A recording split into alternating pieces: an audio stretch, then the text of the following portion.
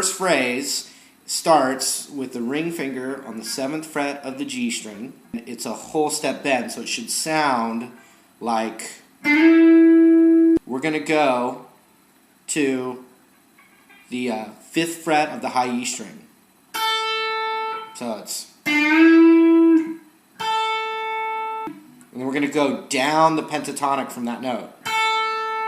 Pinky on the 8th fret of the B string, and then first finger on the 5th fret of the B string, and then the ring finger on the 7th fret of the G string, and then first finger on the 5th fret of the G string. So it looks like this.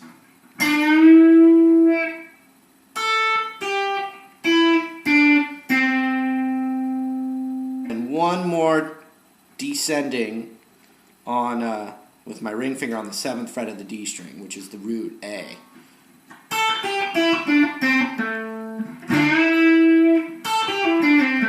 And what you can try and do is you hit that note and you pick it. Then you're going to pull off the pinky to the 5th fret on the B string. And then the same thing on the G string. And then pick. So it should realistically be like this.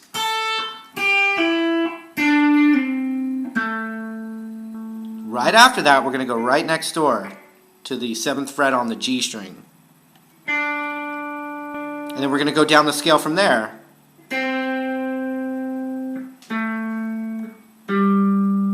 Now, one note is outside of the pentatonic. It's the next note. It's an F note, and it just happens to lie right on the F chord of the progression. And it's going to be pinky on the 8th fret of the A string.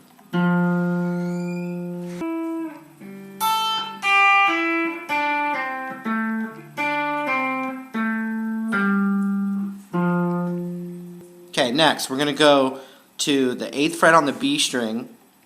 All 3 fingers. I'm going to use my ring finger now for the bend. I'm going to bend it up, whole step, and then my pinky is going to get on the 8th fret of the high E string there. I'm going to hit that high E one twice. Then I'm going to switch that note with my ring finger, all 3. I'm going to bend that up a whole step, and then natural to the 5th fret with my first finger.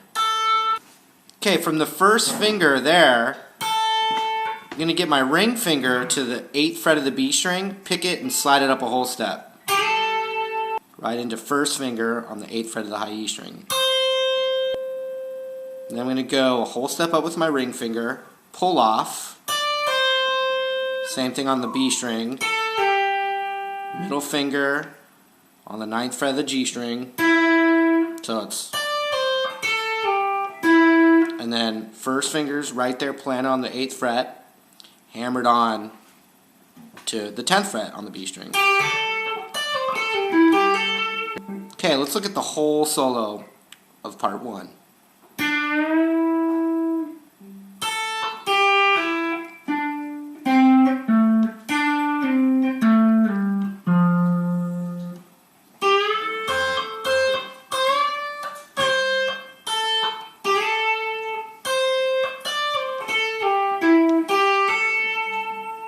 That's it.